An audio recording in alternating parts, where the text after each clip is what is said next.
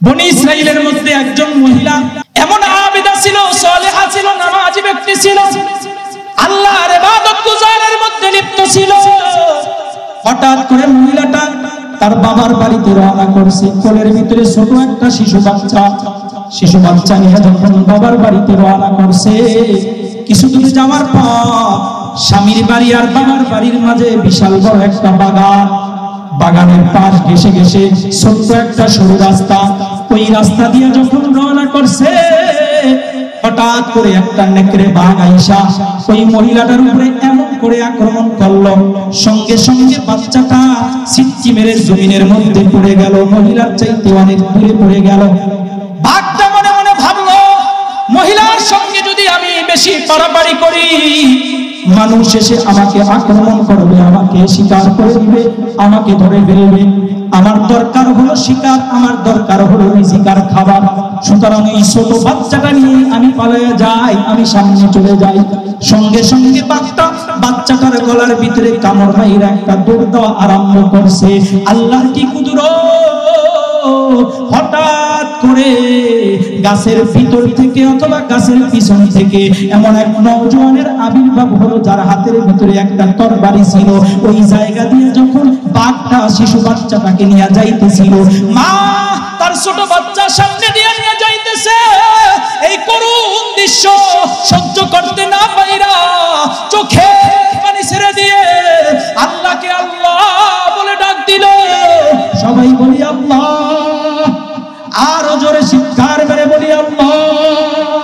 মহিলা যখন আল্লাহকে উচ্চ কণ্ঠে আল্লাহ বলে ডাক দিল, সঙ্গে সঙ্গে যুবকের আবির্ভাব হয়ে গেল। যুবকটা এমন জোরে সজোরে বাঘের মাথার ভিতরে কামড় দিয়ে বাড়ি দিল। সঙ্গে সঙ্গে বাঘটা নিজের জান বাঁচানোর জন্য বাচ্চাটাকে রাইখা দ্রুত গতিতে ক্ষিপ্র গতিতে পলায়ন করলো।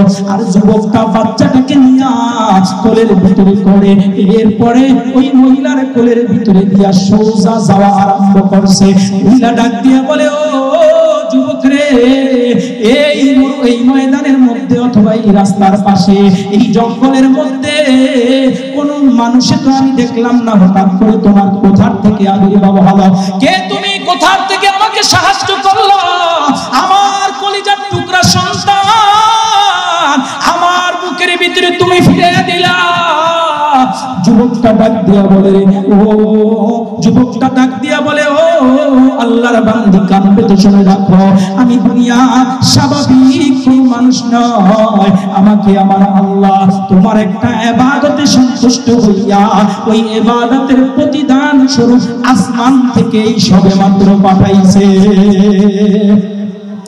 আমি দুনিয়ার স্বাভাবিক কোন মানুষ নয়, তোমার এমন একটা ইবাদত আল্লাহ কবুল করেছে। ওই ইবাদতের বদৌলতে আমার আল্লাহ আসমান থেকে সবে মাত্র আমাকে পাঠাইছে। বলে, কি ইবাদত? ও আল্লাহর বান্দি, শুনে না, একদিন তুমি খাবার প্লেট নিয়ে খাবার খাওয়ার জন্য বসছো, এমন মুহূর্তে একজন ভিক্ষুক আইসা আল্লাহর নামের দোহাই দিয়ে তোমার কাছে বলছে, আল্লাহর নামে আমাকে কিছু দান করো। তুমি ওই ঘরের ভিতরে তোমার প্লেটে অবস্থিত খাবার ছাড়া আর কোনো খাবার ছিল না। তুমি আল্লাহর নামের দোহাইটা শোনার সঙ্গে সঙ্গে তোমার অন্তরের মধ্যে ইদা যুকিরাল্লাহ, আল্লাহর নাম যখন কোন আল্লাহর বান্দা এবং বান্দি শুনবে, ওয়াজিলাত কুলুবুহুম, তাদের অন্তরের মধ্যে ভয় ঢুকে যাবে, কম্পন আরম্ভ হয়ে যাবে। মুসলমান ইমানদার, আল্লাহর নামের দোহাই দিয়ে যদি কোনো কিছু চাওয়া হয়, আল্লাহর নামের ইজ্জত রক্ষার্থে ওই ব্যক্তিকে ফেরত দেওয়া এটা ঠিক হবে না, এটা ঠিক হবে না। এবার যুবকটা ডাক দিয়ে বলে, ও আল্লাহর বান্দি, আল্লাহর নামের দোহাই দিয়ে তোমার কাছে যখন কোনো খাদ্য চাওয়া হয়েছে, ঘরের মধ্যে প্লেটে অবস্থিত খাবার ছাড়া আর কোনো খাবার নাই, তুমি ক্ষুধার্ত ছিলা, তোমারও খাবারের চাহিদা ছিল, কিন্তু তারপরেও তুমি মুখের ভিতরে খাবারটা না দিয়া ওই মিসকিনকে, ফকিরকে, ভিক্ষুককে খাবারটা দিয়া দিছো। কারণ দিনদার নারী যদি হয়, ইমানদার নারী যদি হয়, আমলদার নারী যদি হয়, তাহলে সে নিজের চাইতে অন্যকে বেশি প্রাধান্য দিবে। কথা ঠিক না ঠিক? পাক রব্বুল আলামিন বলে, ও ইমানদারের দলেরা, ঈমান আনার পর যদি 5টা আমল করতে পারো রে বান্দা, 5টা কাজ তোমরা করতে পারো, আমি আল্লাহর ঘোষণা হলো তোমরা প্রকৃত ঈমানদার। এই ঘোষণা আমি আল্লাহ দিয়ে দিব, লাহুম দারাজাতুন ইনদা রাব্বিহিম, এবং সাথে সাথে তোমাদের পদমর্যাদা আমি আল্লাহর দরবারে কোটি কোটি গুণে বৃদ্ধি হয়ে যাবে। 1 নম্বর হলো আল্লাহর দরবারে আমাদের মর্যাদা বৃদ্ধি হয়ে যাবে। লাহুম দারাজাতুন ইনদা রাব্বিহিম ওয়া মাগফিরা। 2 নম্বরে আল্লাহ ডাক দিয়ে বলে বান্দা 5টা গুণ 5টা সিফাত যদি তোমার মধ্যে আনতে পারো, 2 নম্বরে তোমাদেরকে যে উপহার দান করব, আমি আল্লাহ তোমাদের আমলনামার সমস্ত গুনাহগুলোকে মাফ করে দেব। লাহুম দারাজাতুন ইনদা রাব্বিহিম ওয়া মাগফিরাতুন ওয়া রিজকুন কারীম। 3 নম্বরে আমি আল্লাহ তোমাদেরকে সম্মানের রিজিক দান করব। সুবহানাল্লাহ। তাহলে আল্লাহ পাক রব্বুল আলামিন জানিয়ে দেয়, ও বিশ্বজগতের মানুষ কান পেতে শুনে রাখো, 1 নম্বরে তোমরা যখন ঈমান আনবা, আল্লাহ তাআলা মুমিনদেরকে ডাক দিয়ে বলে, ও মুমিনের দলেরা, ইন্নামাল মুমিনুন। আল্লাহ তাআলা মুমিনদেরকে ডাক দিয়েছে। মুমিন তাদেরকে বলা হয় যাদের মধ্যে ঈমান রয়েছে, তাদেরকে মুমিন বলা হয়। আল্লাহ কোরআনে হাকিমের মধ্যে 2টা সূরা নাজিল করেছেন।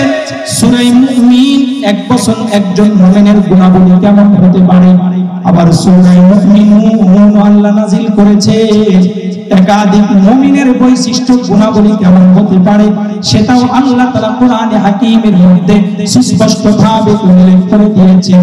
তো আল্লাহ পাক রব্বুল আলামিন এখানে সব মুমিনদেরকে ডাক দিয়ে বলে, যাদের মধ্যে ঈমান রয়েছে তাদেরকে আল্লাহ পাক রব্বুল আলামিন ডাক দেয়, ইন্নামাল মুমিনুন। ও ঈমানদারের দলেরা, সাহাবায়ে কেরাম বলে, পয়গম্বর যাদের মধ্যে ঈমান থাকবে তাদেরকে মুমিন বলা হয়। ঈমান কাকে বলা হয় গো পয়গম্বর? মাল ঈমান। আল্লাহ নবী বলে, ও সাহাবীরা, আল ঈমানু ইযা সাররাকা হাসানাতুকা ওয়া সাআতকা সাইয়্যাতুকা ফাআনতা মুমিন। ঈমান হলো ঈমানদার ব্যক্তি যখন কোন নেকের গুনার কাজ করবে, সঙ্গে সঙ্গে নেকের কাজ যখন ঈমানদার বান্দা করবে, তখন তার অন্তরটা উৎফুল্ল হয়ে যাবে, আনন্দিত হয়ে যাবে, আনন্দে আত্মহারা হয়ে যাবে। ও মালিক, আমি নেকের কাজ করলাম, মালিক রে, এর মাধ্যমে হয়তো তুমি আমার উপরে সন্তুষ্ট, এর মাধ্যমে তুমি আমাকে জান্নাত দিয়ে দিবা, এর মাধ্যমে আমার নাজাতের ব্যবস্থা করবা। ঈমানদার যখন কোনো নেকের কাজ করবে, তখন তার অন্তরটা আনন্দিত হয়ে যায়, উৎফুল্ল হয়ে যায়। আজকে ময়দানের মধ্যে আমরা আসছি, বসছি, আমরা সবাই ঈমানদার। এই আশার মাধ্যমে আলাদা একটা আনন্দ আমাদের মধ্যে লাগে কি লাগে না? জোরে বলেন, লাগে কি লাগে না?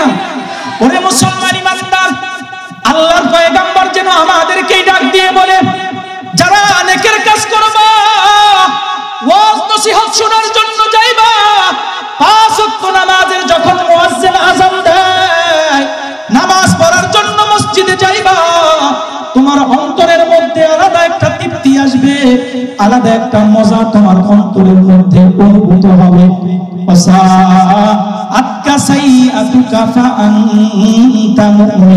আর যখন ঈমানদার ঈমান আনার পর কোন বদ কাজ করবে, কোন গুনাহের কাজ করবে, কোন খারাপ কাজের মধ্যে লিপ্ত হবে, সঙ্গে সঙ্গে তার অন্তরটা পোড়াগান্দা হয়ে যাবে, শর্মিন্দা হয়ে যাবে। আরে আমি গুনাহের কাজ করলাম, মনে হয় এর মাধ্যমে আমার আল্লাহ আমাকে জাহান্নামের আগুনে জ্বালাইবে, এর মাধ্যমে মনে হয় আমার আল্লাহ আমাকে ধ্বংসের মধ্যে ফেলে দেবে, আমার রিজিকের অভাব অনটন ঢুকিয়ে দেবে, কবরের মধ্যে আযাবের ব্যবস্থা করবে, হাশরের ময়দানে আযাবের ব্যবস্থা করবে, ফুলসিরাত পার হওয়ার সুযোগ পাবো না, অন্ধকার কবরটা আমাদের জন্য ধাউ ধাউ করে আগুনের ব্যবস্থা করবে।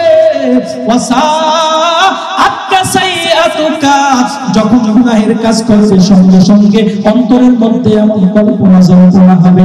মুসলমান যারা ময়দানের মধ্যে আসছে, অবশ্যই যখন কোনো আমরা গুনাহের কাজ করি, এক ওয়াক্ত নামাজ যদি আমাদের ছুটে যায়, অনুশোচনার আগুন আমাদের মধ্যে দাউ দাউ করে আরে এক ওয়াক্ত নামাজ ছুটে গেল, এর মাধ্যমে আমাদেরকে জাহান্নামের আগুনে জ্বলতে হবে।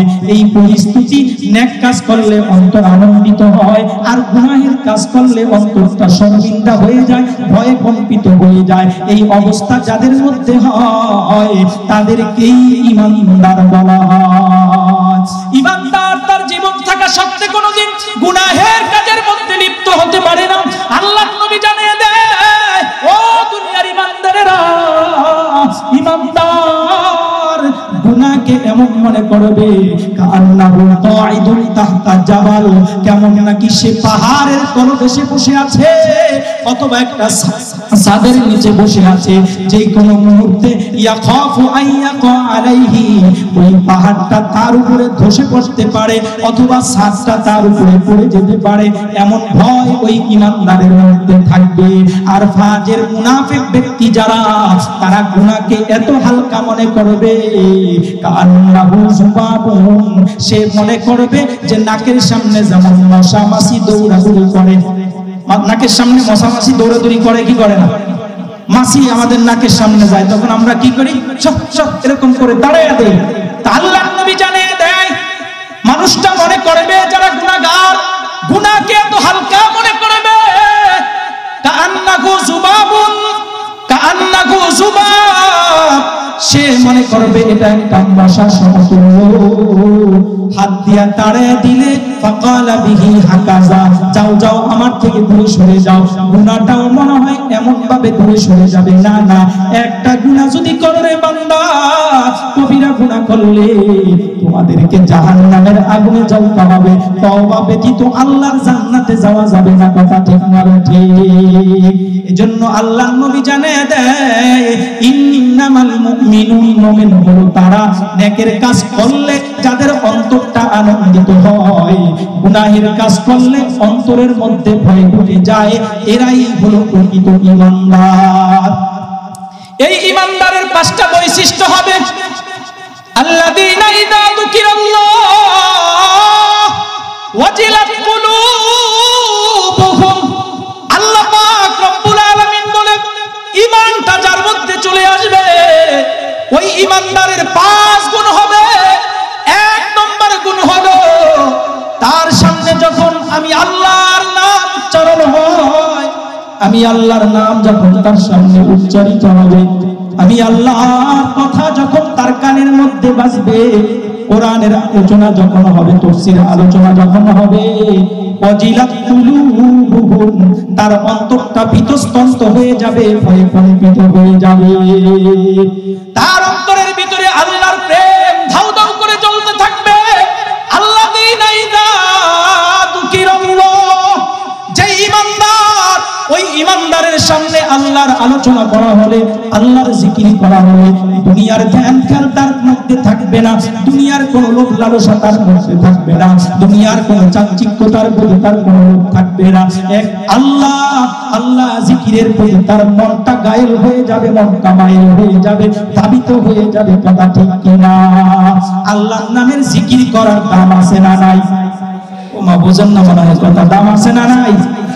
আলা ইন্না তাকওয়াল্লাহি বিইজনিল কুলুব, আলা বিযিকরিল্লাহি তাতমাইন্নুল কুলুব। আল্লাহু আকবার, আরো জোরে সরে বলি আল্লাহু আকবার। আল্লাহ জানিয়ে দেয়, বান্দা, দিলে শান্তির জন্য কত জায়গায় তুমি ভ্রমণ করো, আরে আমেরিকায় যাও, চীনে যাও, জাপানে যাও, অন্তরে ভালো লাগে না, কুয়াকাটায় যাও, মনটা ভালো লাগে না, কক্সবাজারে যাও, মন ভালো লাগে না, কত জায়গায় যাও, কোথাও গেলে তোমার মন স্থির হবে না। আলা বিযিকরিল্লাহি তাতমাইন্নুল কুলুব, ও মুমিন বান্দা শুনে নাও, যখন আমি মাওলা পাকের জিকির করবা, সঙ্গে সঙ্গে তোমার অন্তরের ভিতরে একটা প্রশান্তি চলে আসবে। এই যে সুবহানাল্লাহ বললাম, প্রশান্তির কথা শুনে, এই সুবহানাল্লাহর দাম আছে না নাই? জোরে জবান খুলে বলি, আছে না নাই? আল্লাহর নবী জানিয়ে দেন উম্মতের দলেরা, মা ক্বালা সুবহানাল্লাহ তামলা উনিসুল মিজান। আমার কোন উম্মত যদি একবার সুবহানাল্লাহ পাঠ করে, আমার আল্লাহ ওই বান্দাটার উপরে খুশি হইয়া, রাজি হইয়া, খুশি হইয়া হাশরের ময়দানে যখন বান্দার নেক এবং গুনাহের ওজন করা হবে, অর্ধেক মিজানের পাল্লাকে আল্লাহ তাআলা নেকের দ্বারা ভরপুর করে দিবে। আলহামদুলিল্লাহর আওয়াজ দিব, কত দাম, কত দাম আল্লাহর নবী জানায় দেয়। মা ক্বালা সুবহানাল্লাহ আলহামদুলিল্লাহ তামলা নবী আমার ডেকে বলে, জবানটা দিয়ে যদি বেশি বেশি সুবহানাল্লাহ আর আলহামদুলিল্লাহর আওয়াজ দিতে পারো, হাশরের ময়দানে আমার আল্লাহ যখন বান্দার নেক এবং গুনাহের ওজন করবে, পরিপূর্ণ মিজানের পাল্লাকে আল্লাহ তাআলা নেকের দ্বারা ভরপুর করে দিবে। এর দুইটা জিকির যারা একত্রিতভাবে উচ্চারণ করবে, আল্লাহর নবী জানায় দেয়, মা ক্বালা সুবহানাল্লাহি ওয়া বিহামদি বুরিসাত লাহু নাখলাতুন ফিল জান্নাহ। এ আমার উম্মতের দলেরা, জবান দিয়ে একবার যদি দুইটা জিকির একত্রিত করতে পারো, সুবহানাল্লাহি ওয়া বিহামদিহি, পারি না সবাই? পারি তো সবাই? বলেন আমার সাথে, সুবহানাল্লাহি ওয়া বিহামদিহি, সুবহানাল্লাহি ওয়া বিহামদিহি। আল্লাহর নবী বলে একবার পাঠ করবা, বুরিসাত লাহু নাখলাতুন ফিল জান্নাহ, সঙ্গে সঙ্গে আমার আল্লাহ জান্নাতের মধ্যে তোমার জন্য সুস্বাদুপূর্ণ একটা খেজুরের বিশাল বৃক্ষ রোপণ করে দিবে। দুই মুদ্রের ফেনা সম পরিমাণ গুনাহ মাফ করে তোমাকে পবিত্র করে ফেলবে। তাহলে এই জিকিরের দাম আছে না নাই? 100 বার যদি কোন বান্দা সুবহানাল্লাহ তাসবিহ পাঠ করতে পারে, তাবারানীর riwayat আল্লাহর নবী জানায় দেয়, রে উম্মতের দলেরা, 100 বার যদি সুবহানাল্লাহ সুবহানাল্লাহ সুবহানাল্লাহর জিকির পাঠ করতে পারো, আমার আল্লাহ ওই বান্দাটার উপরে রাজি হইয়া, ওই বান্দার উপরে খুশি হইয়া 100 হৃষ্টপুষ্ট উট আল্লাহর রাস্তায় কুরবানি করলে যে পরিমাণ সওয়াব একটা ব্যক্তি পাইবে, তার চাইতে বেশি সওয়াব 100 বার সুবহানাল্লাহর জিকিরকারীর আমলনামার মধ্যে আল্লাহ দেয়া দিবে।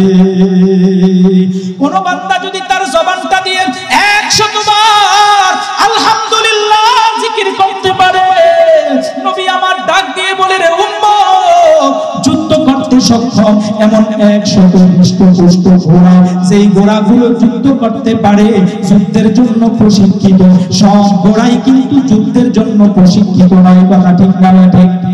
আপনারা অনেকেই গেছেন, গুলিস্তানে গেছেন, সদরঘাট তো গুলিস্তান কিছু ঘোড়ার গাড়ি আছে, এদের কাজ হবে খাবে যাবে, পেট পুড়বে, আর যখন গুলিস্তান থেকে কোনো যাত্রী উঠবে, টাইনা টাইনা সদরঘাট নিবে, আবার সদরঘাট থেকে গুলিস্তান নিয়ে আসবে। কথা ঠিক না ঠিক?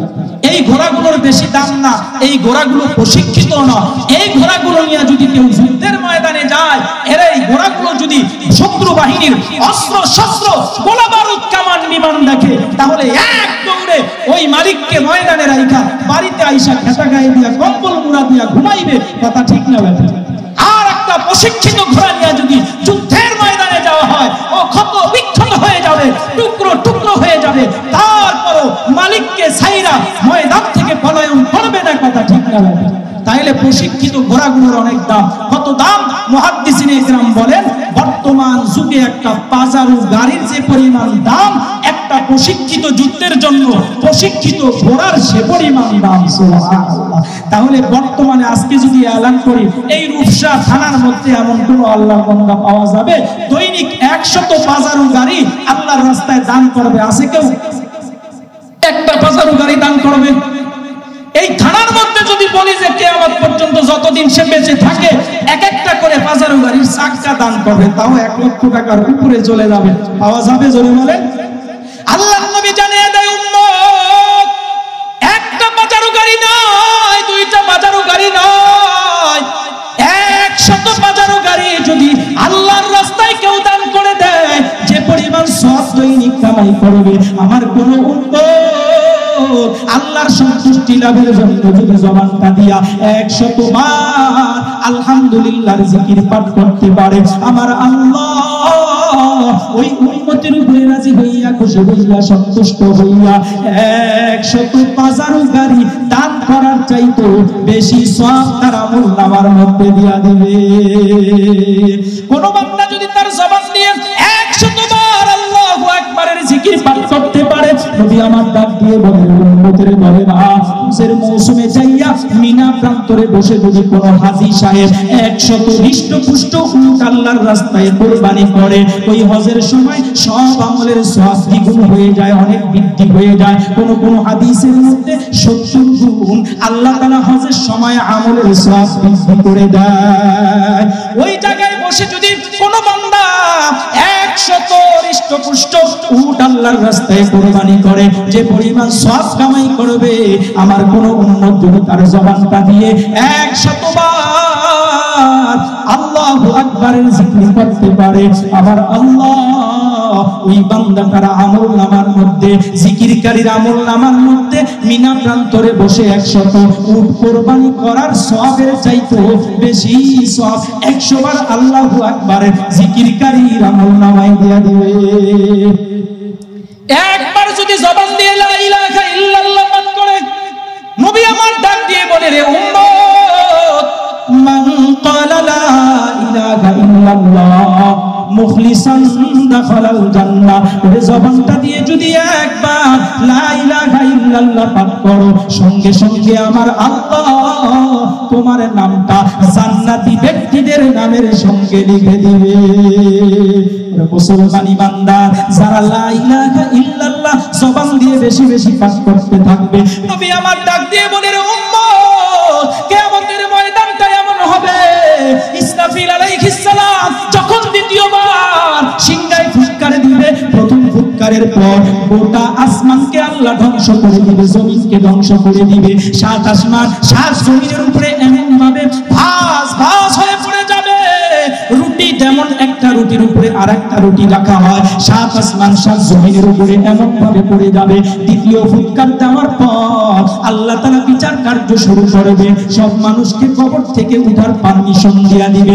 আল্লাহর নবী বলে রে উম্মত, ওয়া আউয়ালু মান ইউনশাক্কু আনহুল কবর, আমার আল্লাহ সর্বপ্রথম আমাকে কবর থেকে উঠার মতো পারমিশন দিয়া দিবে। সর্বপ্রথম সব নবী রাসূলের মধ্যে, সমস্ত মাখলুকাতের মধ্যে থেকে ইসরাফিলের সিংহার ফুৎকার পাইয়া আমার নবী মাথা ঝাঁকতে ঝাঁকতে কবর থেকে উঠবে। ওরে মুসলমান নবী ডাক দিয়ে বলে কবর থেকে ওঠার পর ওয়া আউয়ালু শাফিউন ওয়া আউয়ালু মুশাফফা, আল্লাহ বিচার কার্য শুরু করে দিবে। আমার উম্মতগুলো ধাপে ধাপে দলে দলে জাহান্নামের দিকে যাইতে থাকবে। আমি একবার ফুলসিরাতের নিকটে চলে যাব, আর একবার আবার হাসরের ময়দানে চলে আসব, আল্লাহর কাছে সিজদায় পড়ে যাব। আল্লাহ, আমার উম্মতগুলো জাহান্নামী হয়ে যাইতেছে, আমার উম্মতগুলোকে আপনি নাজাত দিয়ে দেন। আমার আল্লাহ ডাক দিয়ে বলবে, ও পয়গম্বর কি চান আমার কাছে চান, আমি আল্লাহ সব কিছু আপনাকে দিয়ে দিব। দুনিয়ার জমিনের মধ্যে আপনি কত কষ্ট করেছে, কত নির্যাতন সহ্য করেছে, ওই কাফের মুশরিকেরা আপনার গায়ের মধ্যে মশা মাছি পর্যন্ত বসা আমি হারাম করে দিয়েছিলাম গো পয়গম্বর।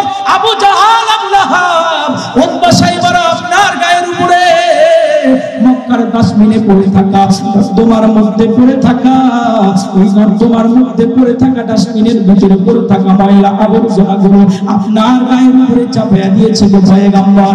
আপনার ঘরের উপরে ময়লা ফেলাইছে। ও নবী গো, হাসরের ময়দান আর কষ্টের জায়গা না, আমার কাছে চান, আমি আল্লাহ আপনাকে দান করব। সালতু, আপনি আমার কাছে চান। নবী আমার বলবে, আমার জন্য কিছু চাইব না, আমি আমার উম্মতের জন্য চাইব। সুবহানাল্লাহ। নবী ডাক দিয়ে বলবে, ও পরওয়ারদিগারে আলম, হাদিসের মধ্যে রয়েছে, ও আমার উম্মতের দলেরা, নবী ডাক দিয়ে বলে, লিকুল্লি নাবিয়্যিন দাওয়াতুন মুস্তাজাবা, প্রত্যেক নবীকে আল্লাহ পাক রব্বুল আলামিন একটা এমন স্পেশাল দোয়া করার সুযোগ করে দিয়েছেন। আল্লাহ বলেছেন প্রত্যেক নবীকে একটা স্পেশাল দোয়া করার সুযোগ দিলাম, সে যেই বিষয়ে দোয়া করবে সঙ্গে সঙ্গে আল্লাহ তাআলা সেই বিষয়ের দোয়াটা কবুল করে নেবে। সুবহানাল্লাহ। ওরে মুসলমান ইমানদার, নূহ আলাইহিস সালাম স্পেশাল দোয়া করেছে, আল্লাহ লা তাযার আলাল আরদি মিনাল কাফিরিনা দাইয়ারা, জমিনের মধ্যে কোন পাপিষ্ঠকে বসবাসের সুযোগ দিবা না। এইভাবে ঈসা আলাইহিস সালাম দোয়া করেছে। তো মুসা ঈসা সব পয়গম্বর দোয়াগুলোকে সমাপ্ত করে দিয়েছে, কিন্তু আমার আল্লাহ এমন একজন পয়গম্বরকে নবী বানাইয়া আমাদের মাঝে পাঠাইছে। ওই নবী ডাক দিয়া বলে, আমার সুযোগ থাকা সত্ত্বেও আমি ওই দোয়াটা করি নাই, কোন উম্মতের জন্য বদদোয়া করি নাই, আর স্পেশাল দোয়াটাও আমি এখন রেখে দিলাম। হাসরের ময়দানে আমি আমার গুনাহগার উম্মতের জন্য আল্লাহর দরবারে সুপারিশ করব। আমার আল্লাহ ব্যাপকভাবে আমার সুপারিশকে কবুল করে বিনা হিসাবে আমার উম্মতগুলোকে জান্নাতে যাওয়ার সুযোগ দিয়া দিবে। নবী ডাক দিয়ে বলে, রে উম্মত, ওই কবর থেকে উঠার পর যখন দেখবো উম্মতগুলো দলে দলে জাহান্নামী হয়ে যাইতেছে, ওয়া আউয়ালু শাফিউন, আমি আল্লাহর কাছে আমার উম্মতের জন্য সুপারিশ করব। ওয়া আউয়ালু মুশাফফা, সর্বপ্রথম আমি সুপারিশ করব, আর আমার সুপারিশকে আল্লাহ তাআলা কবুল করে আমার উম্মতের নাজাতের ব্যবস্থা করে দিবে।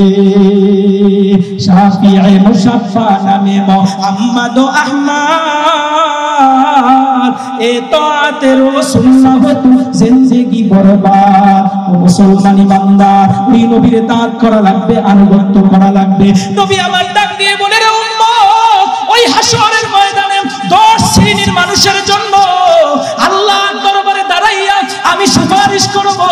আমার উম্মতের মধ্য থেকে যাদের মধ্যে কমপক্ষে 10টা গুণ থাকবে, তাদের জন্য আমি নবী আল্লাহর দরবারে সুপারিশ করব। সুবহানাল্লাহ। কয় গুণ? জোরে বলেন, কয় গুণ? আরো জোরে, কয় গুণ?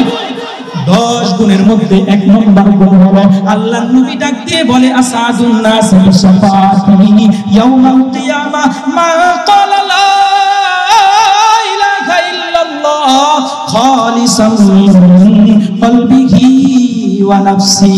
যেই বান্দাটা তার জবান দিয়ে ইখলাসের সঙ্গে বেশি থেকে বেশি লা ইলাহা ইল্লাল্লাহ পাঠ করবে, আমি নবী আল্লাহর দরবারে ওই বান্দাটার জন্য হাসরের ময়দানে সবচাইতে বেশি সুপারিশ করব। মুসলমান ইমানদার, এজন্য লা ইলাহা ইল্লাল্লাহর জিকির যারা করবে দাম আছে না নাই? জোরে বলি, আছে না নাই? 100 বার যদি দৈনিক লা ইলাহা ইল্লাল্লাহ পাঠ করতে পারে, নবী আমার ডাক দিয়ে বলে, রে উম্মত, তামলাউ মা বাইনাস সামাই ওয়াল আরদ, আসমান এবং জমিনের মধ্যবর্তী যত ফাঁকা জায়গা আছে, আমরা তুই চোখে যা দেখি এবং না দেখি, সারা পৃথিবী বিশ্বময় আসমান জমিনের মধ্যে যত ফাঁকা জায়গা আছে, সব ফাঁকা জায়গাগুলো যদি স্বর্ণ অলংকার হীরামণি মুক্তা জওহরের মাধ্যমে ভরাট করে দেওয়া হয়, এর মুসলমান আজকে যদি এলান করা হয় এই কিসমত খুলনা, এই যে মাদ্রাসা মাহফিলের প্যান্ডেল, এটা শুধুমাত্র স্বর্ণ অলংকারে হীরামণি মুক্তা জওহরের মাধ্যমে ভরাট করা হোক, ভরপুর করা হোক, এই এলান আসলে আপনাদের রূপসার মধ্যে যত স্বর্ণ অলংকার আছে সব জমা করার পরে আশেপাশে 2-4 থানা জেলা থেকে ধার উদ্ধার করে স্বর্ণ আনা লাগবে কি লাগবে না? কি আপনারা কি রাগ করছেন? আমার কথায় দিবাই করেন না, লাগবে কি লাগবে না? জোরে কথা বলতে হবে। তো ইমানদারের ইমানের পাওয়ার তো থাকতে হবে, পাওয়ারফুল ইমান যার যখন কথা বলবে কাফেরের মস্তকের মধ্যে কম্পন সৃষ্টি হয়ে যাইতে হবে। কথা ঠিক না ঠিক? কিন্তু আওয়াজ দিবেন, এই স্বর্ণ অলংকার আশেপাশে থানা থেকে উদ্ধার করা লাগবে কি লাগবে না?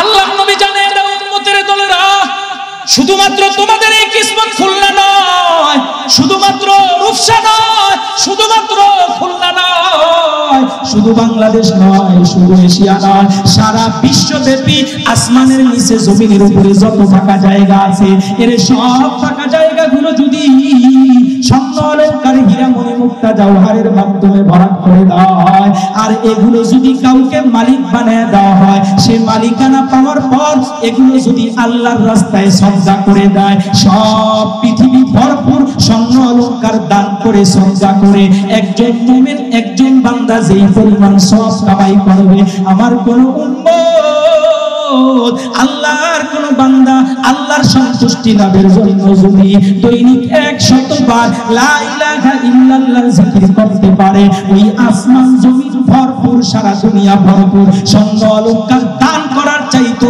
আল্লাহ ওই উম্মতের আমলনামায়, বান্দার আমলনামায় 100 বার লা ইলাহা ইল্লাল্লাহ জিকিরকারীর আমলনামার মধ্যে সারা দুনিয়া ভরপুর স্বর্ণ অলংকার দান করার চাইতো বেশি সওয়াব দিয়া দিবে। তাহলে জিকিরগুলোর দাম আছে না নাই? জিকিরের মধ্যে শান্তি। আল্লাহ বলছেন শান্তি কোথায় কোথায় কোথায় কোথায়?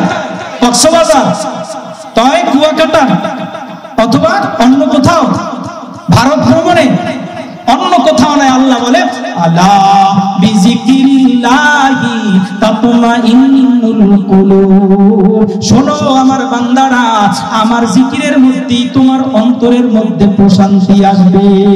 অন্য কোথাও শান্তি খুঁজে পাইবা না, শান্তির হাতে শান্তি পাইবা না।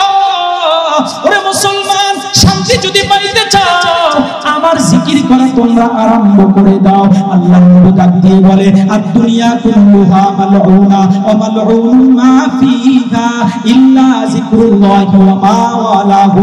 গোটা দুনিয়াটা হলো অভিশপ্ত, দুনিয়ার মধ্যে যা কিছু আছে এগুলো অভিশপ্ত, কিন্তু যাদের কলবের মধ্যে আল্লাহর জিকির আছে এবং এই জিকিরকারীদের সঙ্গে যারা সম্পর্ক রাখবে, এরা কিন্তু অভিশপ্ত না।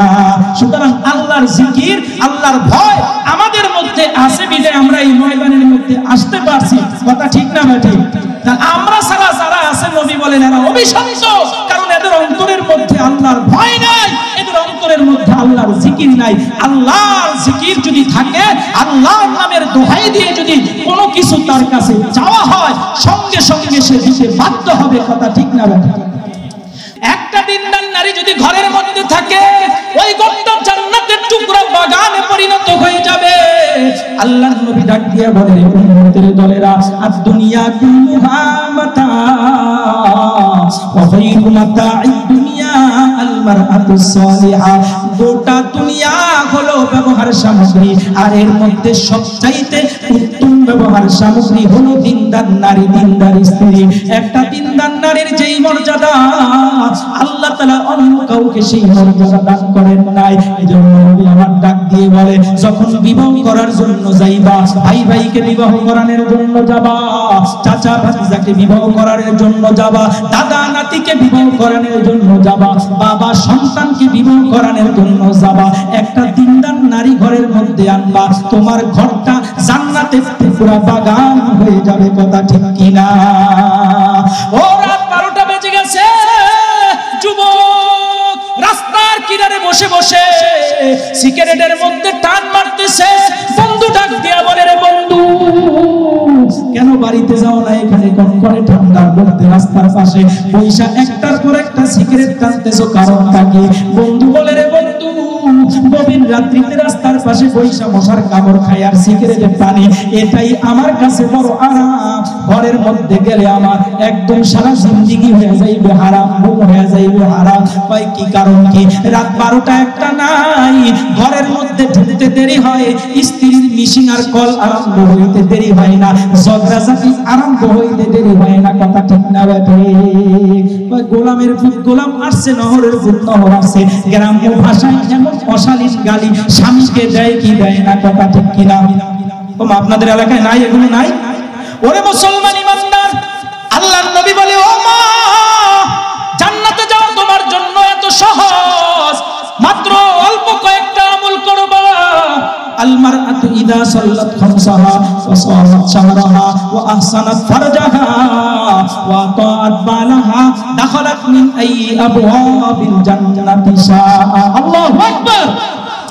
আল্লাহর নবী জানেন উম্মতের নারীরা 1 নম্বরে 5 ওয়াক্ত নামাজ আদায় করবা, 2 নম্বরে রমজান মাসের রোজা রাখবা। সামনে রমজান মাস আসতেছে, শুধু মহিলারাই রোজা রাখবে কিনা? পুরুষের রাখা লাগবে কি লাগবে না? আল্লাহর নবী বলে as-সালাওয়াতুল খামসু ওয়াল জুমআতু ইলাল জুমআ, এক নামাজ থেকে অন্য নামাজ, এক জুমা থেকে অন্য জুমা। অর্থাৎ ফজর পড়ছে, আবার যদি যোহর পড়ে, এই ফজর এবং যোহরের মধ্যবর্তী যত গুনাহ বান্দার আমলনামায় জমা হয়, যোহর পড়ার কারণে আল্লাহ তাআলা সেই গুনাহগুলোকে মাফ করে দিবে। যোহর আদায় করেছো, আসর পড়ার সঙ্গে সঙ্গে আমার আল্লাহ যোহর এবং আসরের মধ্যে যত গুনাহ হবে সেই গুনাহগুলো মুহূর্তের মধ্যেই মাফ করে দিবে। এইভাবে এক সপ্তাহের গুনাহ গত জুমা যারা আদায় করেছে, সামনের জুমা যারা আদায় করবে, আল্লাহর নবী বলে আল জুমাতু ইলাল জুমা, জুমা থেকে জুমা। আবার গত রমজানের রোজা যারা রাখছে, আগা এই যে রমজান আসতেছে, এই রমজানের রোজা যারা রাখবে, as-সালাওয়াতুল খামসু ওয়াল জুমাতু ইলাল জুমা, রমজান ইলা রমজান, গত রমজান থেকে এই রমজান পর্যন্ত যত গুনাহ আমলনামায় জমা হয়েছে, আল্লাহর নবী জানায় দেয় এই রমজানের রোজা রাখার দরুন সমস্ত গুনাহগুলো আল্লাহ মাফ করে দিবে। अल्लाह अल्लाह क्या मुबारक नाम है, अल्लाह अल्लाह मोमिनों का काम है, ई कलामे जिंदा कुरान हकीम तकासुर अन्हु अफहामुल जाली। अल्लाहु अकबर, जोरे शोरे बोली अल्लाहु अकबर। नबी আমার ডাক দিয়ে বলে 1 নম্বরে নারীরা জান্নাতে যাইতে চাও, 1 নম্বরে তোমাদের 5 ওয়াক্ত নামাজ আদায় করতে হবে, 2 নম্বরে রমজান মাসের রোজা রাখতে হবে, 3 নম্বরে স্বামীর আনুগত্য করতে হবে, 4 নম্বরে নিজের সতীত্বকে হেফাজত করতে হবে।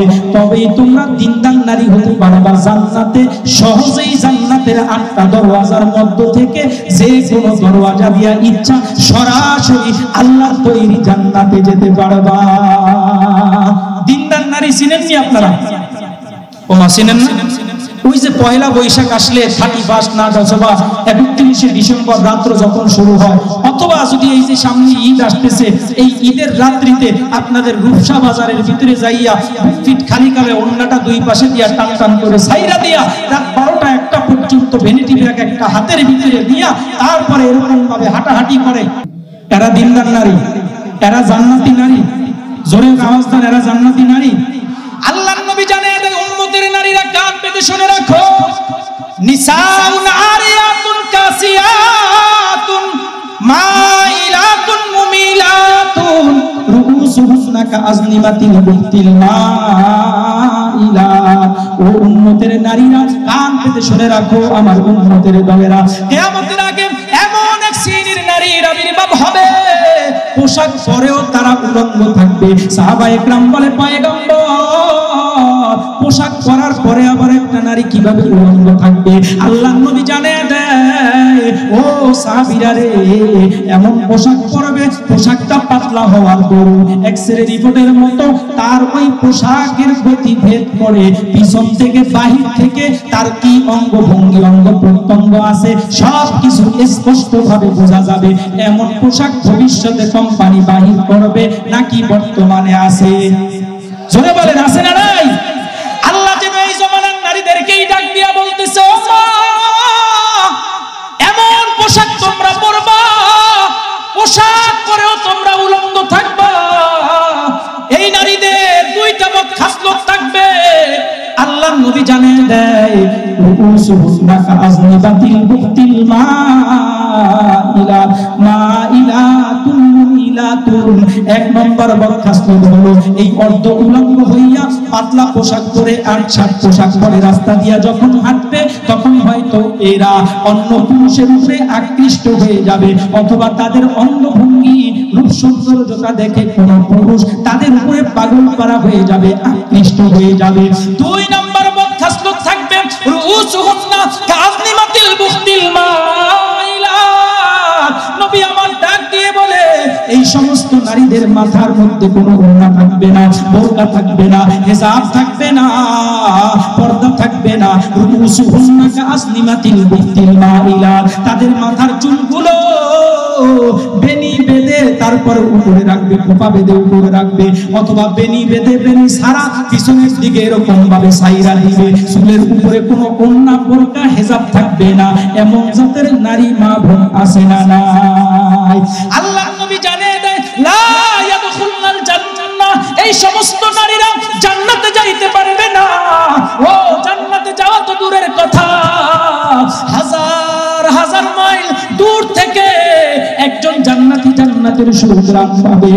ওয়ালা ইয়াজিদনা রিহাহা, এই সমস্ত নারীরা জান্নাতের সুঘ্রাণও পাবে না। সাহাবায়ে কেরাম বলে পয়গম্বর, দিনদার নারী বিবাহ করার জন্য আপনি বলতেছে, দিনদার নারীর আলামত কয়টা, দিনদার নারীর অবস্থা কয়টা? আল্লাহ নবী বলে ও উম্মতের নারীরা, দিনদার নারীর আলামত হলো 5টা। জোরে বলেন কয়টা? আরো জোরে জোরে হলো না কয়টা? এক নম্বর আলামত হলো ইন আমারাহা, স্বামী যখন কোন আদেশ করবে, স্বামীর আদেশটা শরীয়ত সম্মত হলে পালন করবে। স্বামী স্ত্রী ঝগড়া বশত স্বামী যদি স্ত্রীর উপরে কোনো কসম করে ফেলে, দিনদার নারী যদি হয় ওই কসম পূরণের জন্য সর্বাত্মক সহযোগিতা করবে। 3 নম্বর আলামত ওয়া ইন নাযারা ইলাইহা সাররাতুহু, স্বামী রাস্তা দিয়ে হাঁটতেছে, স্বামী যখন ঘরের মধ্যে আসবে স্ত্রীর দিকে তাকাইয়া স্বামীর মনটা আনন্দিত হয়ে যাবে, উৎফুল্ল হয়ে যাবে, স্বামীর মনটা স্ত্রীর প্রতি পাগল করা হয়ে যাবে। স্বামী রাস্তা দিয়ে হাঁটতেছে, হঠাৎ করে বেগানা নারীর প্রতি নজর পড়ে গেছে, অন্তরের মধ্যে কুমন্ত্রণা চলে আসছে। কুমন্ত্রণা নিয়ে যখন ঘরের মধ্যে যায়, ঘরের মধ্যে যাইয়া দেখে নিজের সুন্দরী স্ত্রী সুন্দর করে সেজে গুজে তার অপেক্ষায় অপেক্ষমান। স্ত্রী যখন মধুর কণ্ঠে স্বামীটাকে সালাম করে দিল, স্বামী স্ত্রীর দিকে তাকাইয়া মনটা নরম হয়ে গেল, আল্লাহর শুকরিয়া আদায় করে। ও মালিক, বাহিরে যেটা দেখে আসলাম তার চাইতো তো অনেক সুন্দর ভালো বৈধ স্ত্রী তুমি আমার ঘরের মধ্যে বাজেট করে রাখলা। মালিক রে, আর বাহিরে যতদিন থাকবো আর পর নারীর দিকে নজর করবো না, পর মহিলাদের দিকে নজর করবো না, আমি আমার স্ত্রীকে নিয়েই সন্তুষ্ট থাকবো। আল্লাহ নবী জানিয়ে দেয় ও উম্মতের নারীরা, সুন্দর করে সেজে গুজে স্বামীকে আনন্দ দেওয়ার জন্য, তৃপ্তি দেওয়ার জন্য তুমি যে সাজগোজ অবস্থায় ঘরের মধ্যে ছিলা, যতক্ষণ পর্যন্ত সাজগোজ অবস্থায় ঘরের মধ্যে থাকবা, আমার আল্লাহ তোমার আমলনামার মধ্যে অনবরত নফল ইবাদতের সওয়াব লিখতে থাকবে। স্বামীর জন্য সাজলে দাম আছে না নাই? জোরে বলেন আছে না নাই? কিন্তু বড় আফসোস আর দুঃখের বিষয় হলো আমার দেশের নারীরা আজকে স্বামীর জন্য সাজে না, সাজে পুরুষের জন্য। ওমা, ঘরের মধ্যে চিরা পুরাতন পোশাক পরিধান করে থাকে, বন্ধে ধারে কাছে যাওয়া যায় না, কিন্তু যদি রাত 12টা বাজে আইসা স্বামী বলে সাবধান, আগামী শুক্রবার কিন্তু আমার বন্ধুর মেয়ের বিবাহ, তোমারে না নিয়ে গেলে নাকি গেট দিয়েই ঢুকতে দিবে না। কয় সপ্তনিকা, দেখছো তোমার বন্ধু আমারে কত ভালো হয়, কয় ভাবিরে না নিয়ে আসলে কিন্তু গেট দিয়েই তোমারে ঢুকতে দিব না, তোমারে বন্ধুই পরিচয় দিব না।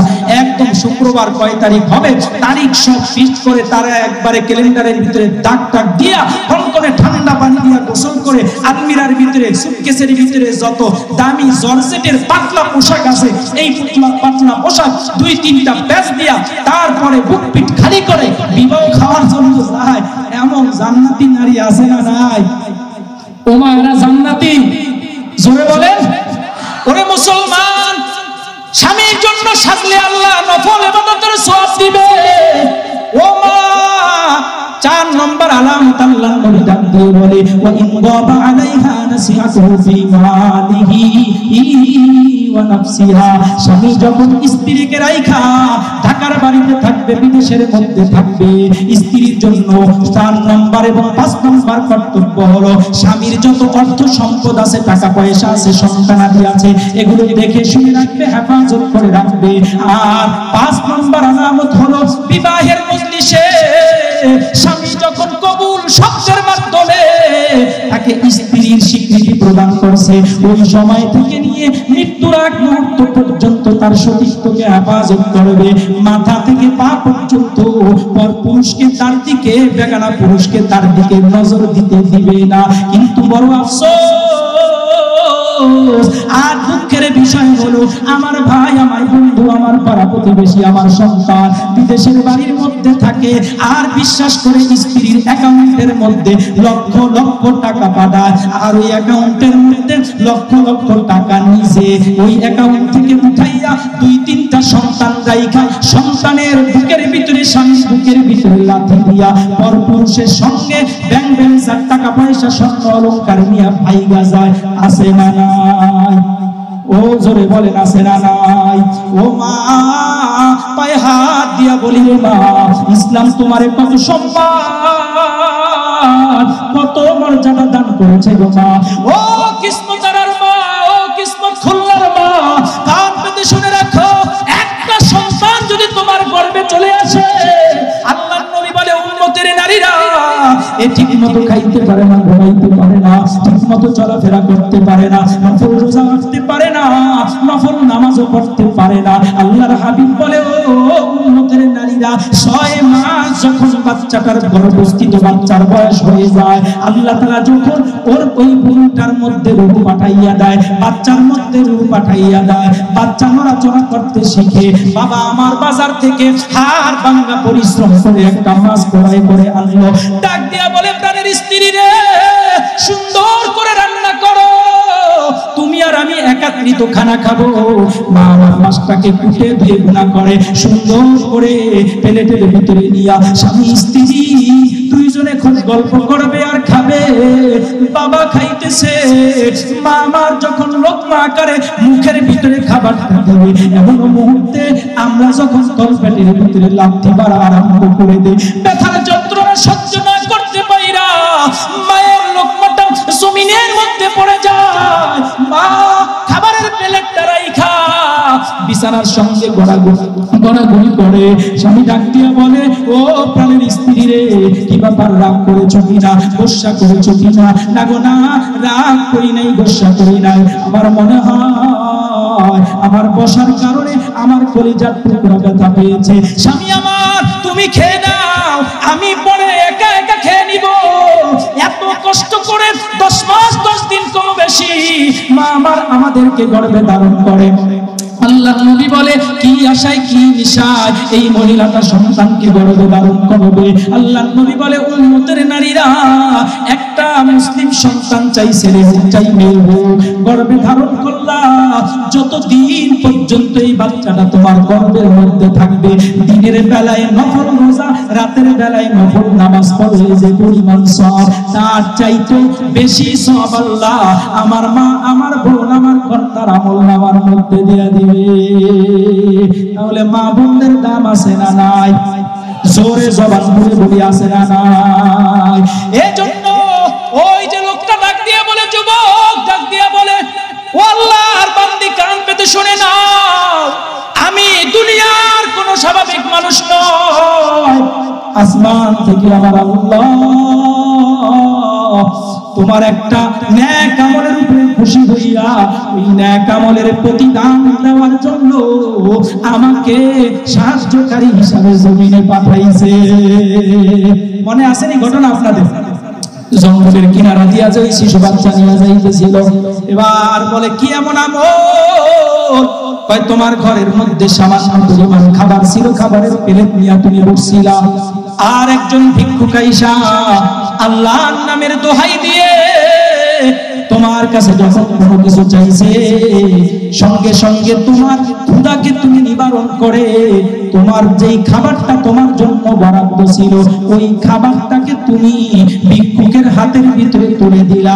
আল্লাহর নামের দোহাই দিয়ে যে ভিক্ষুক চাইছে, আল্লাহর নামের ইজ্জতটা তুমি রক্ষা করলা। ওই জায়গায় তোমার হাতের খাবারটা তোমার জন্য বৈধ ছিল, খাইলে কোনো সমস্যা ছিল না। তোমার হাতের খাবারটা তুমি না খাইয়া যেমন ভিক্ষুকের ভিক্ষা দিয়া দিছো, আল্লাহ ওই ভিক্ষুকের প্রতিদান স্বরূপ আল্লাহর নামের ইজ্জত রক্ষা স্বরূপ ওই বাচ্চাটাকে তোমাকে আমাকে সাহায্যকারী হিসাবে পাঠাইয়া বাচ্চাটাকে তোমার কোলে ফেরত দিয়া সেই বদলা আল্লাহ তাআলা আদায় করেছে। তাহলে মুমিন বান্দার এক নম্বর গুণ থাকবে ইদা যুকিরাল্লাহ, যখন আল্লাহর নাম না হবে ওয়াজিলাত কুলুবুহুম, অন্তরটা বিতস্তন্ত হয়ে যাবে, ভয়ে কম্পিত হয়ে যাবে। দুই নম্বরে ওয়াইদা তুলিয়াত আলাইহিম আয়াতু, মুমিন বান্দার সামনে যখন কোরআনের তাফসীর করা হবে, কোরআনের তেলাওয়াত করা হবে, কোরআন পাঠ করা হবে, যাদাতুহুম ঈমানা, সঙ্গে সঙ্গে তাদের ঈমানটা আস্তে আস্তে করে বৃদ্ধি পাইতে থাকবে। সুবহানাল্লাহ।